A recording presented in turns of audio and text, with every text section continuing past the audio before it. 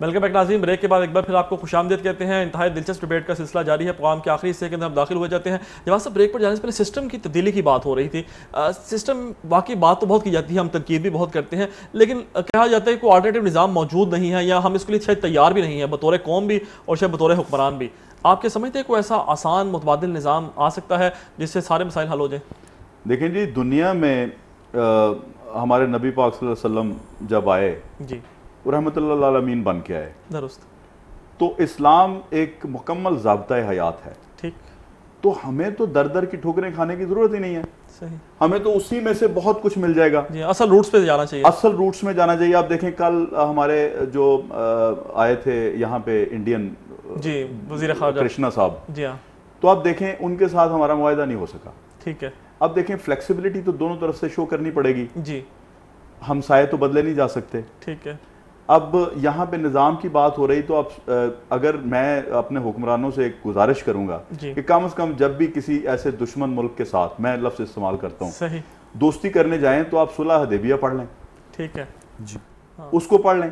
بالکل صحیح، تاکہ منیمم ایجنڈا سیٹ ہو جائے. منیمم ایجنڈا آپ کا سیٹ ہو جائے. ٹھیک ہے. آپ نبی پاک صلی اللہ علیہ وسلم کی اگر کسی کے ساتھ جنگ کرنے جائیں تو جتنے ان کی غزوے ہیں وہ سارے پڑھ لیں. ٹھیک ہے. آپ دیکھیں کہ وہاں کیا حکمت عملی ہوئی تھی، کمزور کے ساتھ کیسا سلوک تھا، ٹھیک ہے، طاقتور کے ساتھ کیسا، قیدیوں کے ساتھ کیا سلوک کیا گیا، قیدیوں کے ساتھ کیا کیا گیا تھا، کیا ہمیں جنگ لڑنی بھی ہے کہ نہیں لڑنی. ٹھیک ہے. وہاں یہ بھی دیکھ لیں کہ نبی پاک صلی اللہ علیہ وسلم نے کب جنگ نہیں لڑی. یہ قوم جب جاگے گی تو اس میں سے لیڈرشپ بھی نکلے گی. ٹھیک ہے. سیاسی لوگ اچھے آگے آئیں گے، پاکستان کا نظام اسلامی نظام ہو جائے گا. اور میں یہ نہیں کہتا کہ اس کو آپ دنیا سے الگ تھلگ کر کے کہ جی کوئی نیا نظام ایسا دے دیں جس میں خلافت کا کوئی نظام جس پہ لوگ گھبرا جائیں، جس طرح وہ پہلے فنڈامنٹلزم سے گھبراتے ہیں. ایسا بالکل بھی نہیں ہے. میں تو یہ کہتا ہوں آپ حضرت علی علیہ السلام کی نہج البلاغہ پڑھ لیں، اس میں ان کے خطبات پڑھ لیں. جی جی. آپ حضرت عمر کا جو دور ہے وہ پڑھ لیں. آپ حضرت عثمان غنی کا دور پڑھ لیں. آپ حضرت ابو بکر کی زندگی دیکھ لیں. آپ دیکھیں اس کے پیچھے پیچھے آپ آتے جائیں، آپ دیکھیں کسی مظلوم کے ساتھ کب ظلم ہوا ہے، اور جب ہوا بھی ہے اس دور میں تو کیا اس کا ازالہ نہیں کیا گیا؟ صحیح. اگر کیا گیا تو کیسے کیا گیا؟ ڈاکٹر صاحب یہ بڑا اچھا سوال ہے. یہ اسلامی نظام، کچھ لوگ کہتے ہیں یہ بڑی مبہم سی ڈیبیٹ ہے، اس پہ کھل کر بات ہونی چاہیے. کون کون سے نکات ہیں، کیا چیزیں ہیں، تاکہ وہ جو مغرب ہمارے سے خوفزدہ بھی رہتا ہے کہ اسلامی نظام آگے تو پتہ نہیں طالبان والا نظام ہوگا یا وہ کون سا خلافت کا نظام ہوگا. یہی بات ہے مبین صاحب، ہم اپنی جو اپنا مقدمہ ہے اس کو دنیا میں صحیح طرح سے پیش نہیں کر سکے.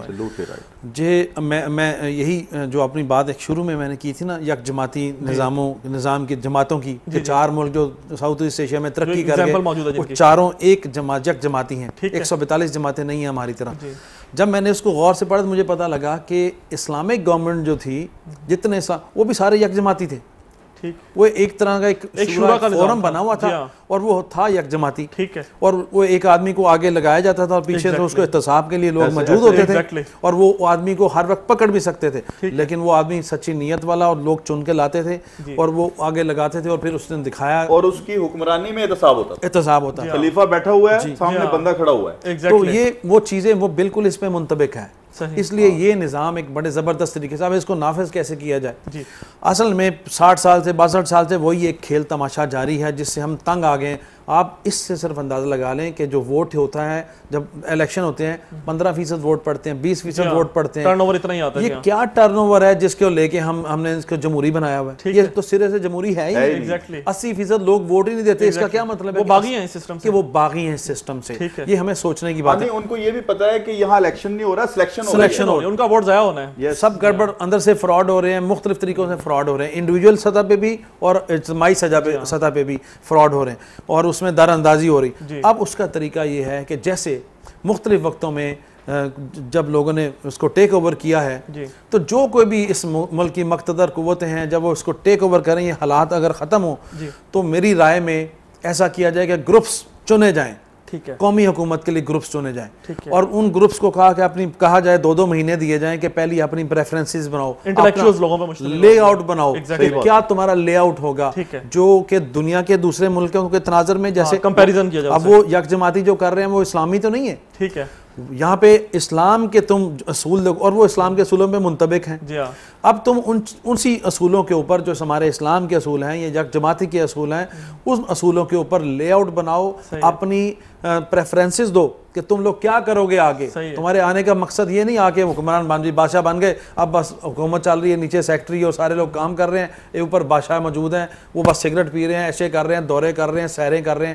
یہ حکمرانی کا مقصد نہیں ہے. صحیح. یہاں پہ وہ گروپس بنائے جائیں جو پریفرنسز دیں اور پھر مقتدر قوتیں, تھنک ٹینکس کہہ لیں آپ, جو تھنک ٹینکس, یس تھنک ٹینکس, نئے زمانے کے مطابق تھنک ٹینکس کا لفظ, وہ تھنک ٹینکس پھر اپنے جمع کرائیں اور ملک کے دانشوروں کو اور جو علماء ہیں ان کو سب کی مل کے کمیٹی بنائی جائے, وہ ان کو دیکھے لیڈ کرے, اور پھر حکومت پھر ایک دفعہ حکومت حوالے کی جائے کسی ایسے گروپ کو چن کے, اور پھر وہ گروپ لے کے نکل جائے اس پاکستان. ڈاکٹر صاحب کا نقطہ جواز صاحب بڑا اہم ہے کہ جو یک جماعتی نظام کی انہوں نے پہلے ہی بات کی, بار بار اس کی طرف اشارہ کر رہے ہیں, جو یونٹی ملک اور قوم کے اندر پیدا کرنے کے لیے, خاص طور پہ ہمارے ملک میں تو آج بھی کہا جاتا ہے کہ ابھی بھیڑ ہے, یہ ریوڑ ہے, قوم نہیں ہم بن سکے 62 سالوں کے اندر, تو ان لوگوں کو اکٹھا کرنے کے لیے, اور خاص طور پہ جہاں اتنی زیادہ زبانیں بولی جاتی ہوں, اتنی مختلف کمیونٹی پائی جاتی ہوں, جہاں ایک صوبے کا نام تبدیل کرنے پر مسئلہ کھڑا ہو جاتا ہے اور صوبہ ہزارہ کا علیحدہ مطالبہ شروع ہوتا ہے, وہاں سمجھتے ہیں واقعی زیادہ ضروری ہے یک جماعتی نظام, شاید اس سے حالات مزید بہتر ہوں.